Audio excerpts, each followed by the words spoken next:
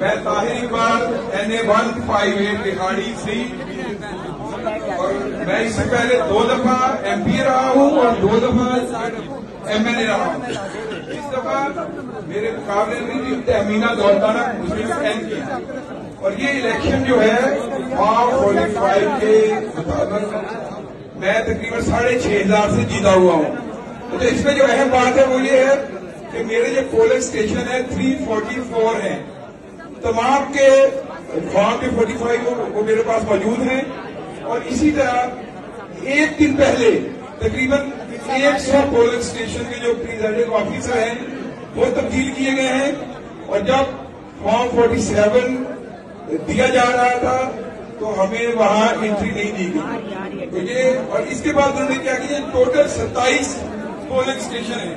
جب میں فارم 45 کے مطابق جیت رہا تھا تو ٹوٹل 27 پولنگ اسٹیشن ہیں جہاں سے ان کے جو ووٹ ہیں وہ 8,000 بڑھا دیے گئے ہیں، اور میرے 6,000 کم کر کے تقریباً 8,000 سے انہیں جتوا دیا گیا ہے. تو یہ پورے اللہ تعالیٰ، اور ہم نے ریٹ کی ہوئی ہے الیکشن کمیشن آف پاکستان میں 22 تاریخ کے لیے وہاں پر فکس ہے، اور یہ پوری دھاندلی کی ہے پورے پاکستان کے اندر.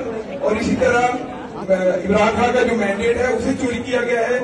تو پوری جو میڈیا ہے، نیشنل اور انٹرنیشنل میڈیا، اس سے گزارش ہے کہ یہ عمران خان کے نظریے کو ووٹ کیا گیا تھا. تو اس لیے عمران خان کا نظریہ جو ہے وہ 8 فروری کو کامیاب ہوا ہے انشاءاللہ.